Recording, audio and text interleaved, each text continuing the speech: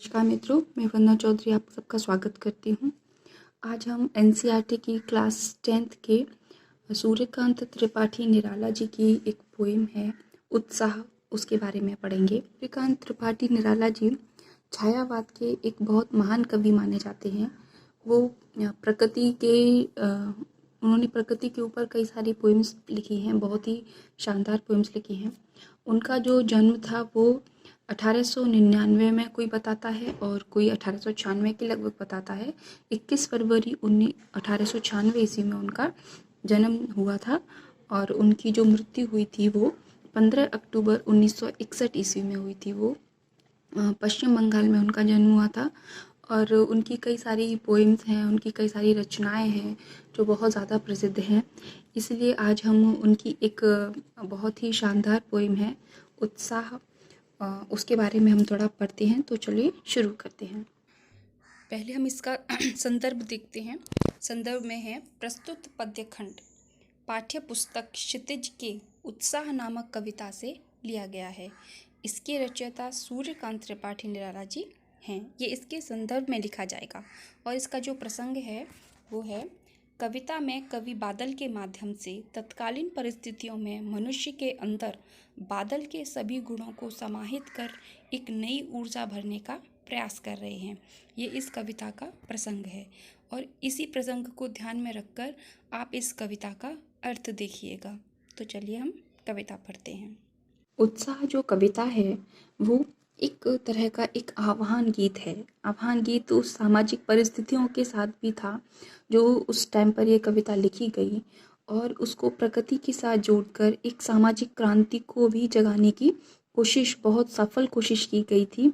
और निराला जी जो थे वो इस चीज़ में तो बहुत ज़्यादा उनकी बहुत ज़्यादा अच्छी पकड़ थी सामाजिक क्रांति के रूप में भी, और वो अपनी कविताओं के माध्यम से दोनों तरह का परिलक्षित करते थे। प्रकृति को जोड़कर सामाजिक जो परिस्थितियाँ थी उनके साथ समाज को जोड़ने का एक बहुत ही अच्छा तरीका किया गया है।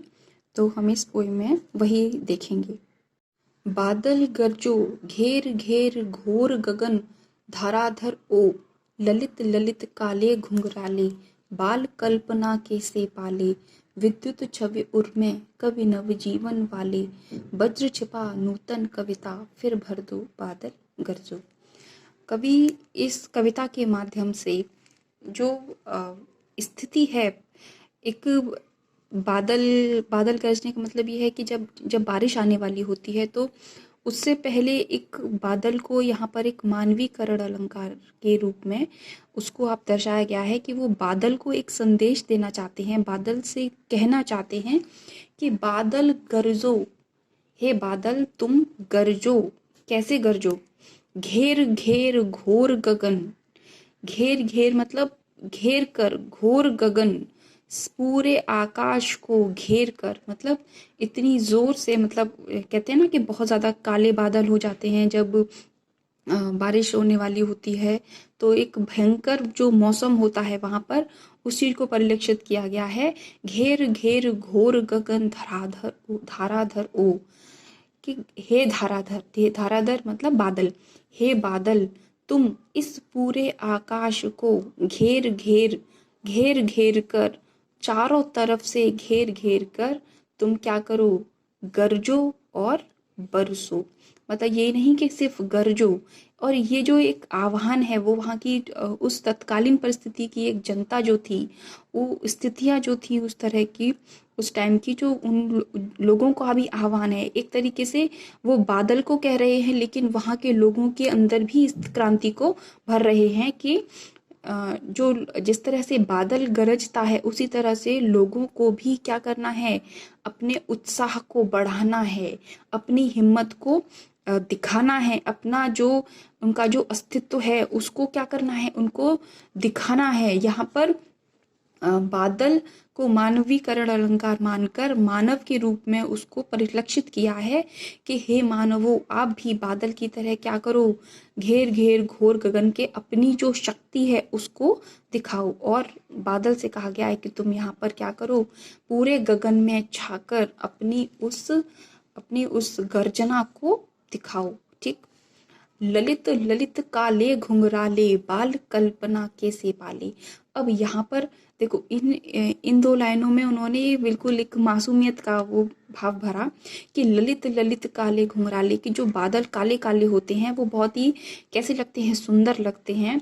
और कैसे काले घुंघराले, जैसे बच्चों के बाल होते हैं, सॉरी, काले काले जो घुंघराले बाल होते हैं, वहां पर उनका यहाँ पर मानवीकरण किया है कि बाल कल्पना कैसे पाले, कि जो बाल यहाँ पर बच्चे, बाल रूप है ना, जैसे बच्चों की जो कल्पनाएं होती हैं कि जो बादल है, बादल में बहुत कुछ अलग तरह की आकृतियां बन जाती हैं और वो अपने अपनी स्थिति को बदल भी लेता है, जरा सी देर में कुछ और आकृति ले लेता है और किसी थोड़ी सी देर में कोई और आकृति ले लेता है। तो वो कह रहे हैं कि बादलों से उन्होंने कहा है कि जैसे जैसे बच्चों के बाल कैसे सुंदर काले घुंघराले होते हैं, उसी बाल कल्पना को अपने अंदर पाल कर और क्या रखो, अपनी अपनी उस गर्जना को भी बनाए रखो। और आगे, विद्युत छवि उर में कवि नव जीवन वाले। अब यहाँ पर कह रहे हैं कि विद्युत छवि उर में, कि मतलब अपने अंदर बाल कल्पना, मतलब उस एक नम्र भाव भी हो, लेकिन विद्युत छवि उर में, लेकिन अपने अंदर क्या हो, विद्युत छवि उर में, हृदय में। यहाँ पर सिर्फ बादल को ही नहीं कहा गया, मैंने आपको पहले ही बताया था, वहां उस टाइम की जो तत्कालीन परिस्थिति थी, यहाँ पर जो इंसान हैं उनको भी इस तरीके से बादल के साथ जोड़कर ये बताया गया है कि आप अपने हृदय में बालक के समान एक तरीके का भाव भी रखो, मतलब मानवता, प्यार, प्रेम, वो सब चीजें आप रखो, लेकिन कमजोर भी मत रहो। कैसे रहो, विद्युत छवि उर में, अपने हृदय में, अपने अपने अपने सीने में या अपने जिगर में विद्युत छवि, मतलब एक तरीके का वो भी रखो, मजबूती भी रखो। जैसे विद्युत होती है, जो बादल जब गरजते हैं तो क्या होता है, बिजली कड़कती है। तो यहाँ पर वो इंसानों से कहा गया है कि कि अपने हृदय को एक बच्चों का सा भाव भी रखो, लेकिन क्या रखो, अपने हृदय को बिजली सा, जो बादल की जो बिजली होती है उसके समान कड़क भी रखो। कवि नवजीवन वाले, और जो कवि कह रहे हैं कि जैसे बादल एक नवजीवन देने वाला होता है, क्योंकि बारिश के बाद जब बादल गरजते हैं, जब बारिश के बाद जब एक नया जीवन होता है, नई प्रकृति में एक नया जीवन पैदा होता है, नई कपोलें उगती हैं, नए पौधों को जीवन मिलता है, नए बीज अंकुर होते हैं। तो यहाँ पर कह रहे हैं कि जो बादल हैं वो कैसे हैं, वो नवजीवन वाले भी हैं, मतलब कठोर भी रहो, लेकिन एक अपने अंदर एक समता, एक प्रेम और एक नया भाव भी रखो, जिससे कि आप ऐसा ही ना हो कि सिर्फ आप ऐसा ना हो कि आप एक कठोर ही आपका एक व्यक्तित्व रहे। बादल की तरह, बादल कठोर भी होता है, बादल के अंदर एक अलग तरह की कल्पनाएं भी होती हैं, बादल की बालक की तरह, और एक उसमें एक नवजीवन भी होता है। बादल को यहाँ पर उसकी जो सारी क्वालिटीज हैं, जो जाके उसकी सारी होते हैं, वो मानव के साथ उसको जोड़कर यहाँ पर दर्शाया गया है। वज्र छिपा नूतन कविता फिर भर दो, और कह रहे हैं कि वज्र जो आपके सीने में, जो मतलब देखो, दोनों बादल और उन दोनों का आप इस भाव को आप समझिए कि वज्र छिपा, के अपने सीने में जो वज्र है, वज्र का मतलब यहाँ पर बिजली, जो उसकी बिजली होती है या उसकी जो कड़क होती है, वज्र छिपा अपने सीने में, उस वज्र को जब जरूरत पड़े तो निकालो भी, लेकिन और अब जब जरूरत लगे कि ना जरूरत नहीं है तो उसको छिपा भी लो। नूतन कविता फिर भर दो, और इस संसार में एक नूतन कविता, मतलब एक नया जो युग है, एक नया जो जीवन है, उसको फिर से भर दो और बादल गरजो। भाव यही है कि कवि कहना चाहता है कि बादल की तरह आप गरजो भी। गरजना मतलब अपना जो शक्ति है उसको भी आप प्रदर्शित करो। और बाल कल्पना का मतलब यहाँ पर यह है कि लेकिन अपने हृदय में क्या भी रखो, एक बालक का सा हृदय रखो, मतलब सोच भी हो उसमें, एक प्रेम भी हो उसमें, उत्साह भी हो, और लेकिन उसमें फिर द्वारा से कहा गया है कि विद्युत छवि उर्मे, लेकिन अपने सीने में ये नहीं कि आप सॉफ्ट हृदय ही बहुत ज़्यादा कोमल ही बनो, नहीं, लेकिन अपने हृदय में एक ज्वाला भी पनपती रहनी चाहिए। और फिर यहाँ पर एक नवजीवन वाले, मतलब यहाँ पर एक आ गया है कि अपने हृदय में तो हर तरह का भाव रखो, ये नहीं कि सिर्फ सॉफ्ट ही है या सिर्फ कोमल ही है, हर तरह का भाव हो। जहाँ मजबूती का सामना करना पड़े वहाँ पर मजबूती का भाव हो, और जहाँ पर नया जीवन देने की बात हो वहाँ पर इस तरह का भाव भी आना चाहिए। तो दोनों के लिए उस चीज को दर्शाया गया है। विकल विकल उन्मन थे उन्मन, विश्व के निदाघ के सकल जन, आए अज्ञात दिशा से अनंत के घन, तप्त धरा जल से फिर शीतल कर दो बादल गरजो।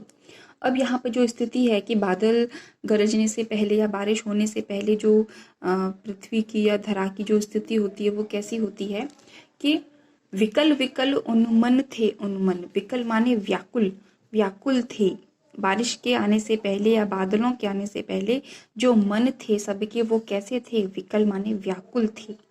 विश्व के निदाघ के सकल जन, और विश्व के सभी जो लोग थे, विश्व माने यहाँ पर पूरा विश्व न मानकर एक परिस्थिति को आप माने, जैसे कि बारिश से पहले जो एक बारिश के आने से पहले जो स्थिति होती है, बहुत ज़्यादा गर्मी पड़ती है, तो यहाँ पर वही भाव है कि सभी लोग गर्मी से क्या थे, विश्व के सभी लोग जो गर्मी थे वो कैसे थे, उन्मन थे, और विकल माने परेशान थे, परेशान होते हैं ना, इस तरह से यहाँ पर वही भाव है।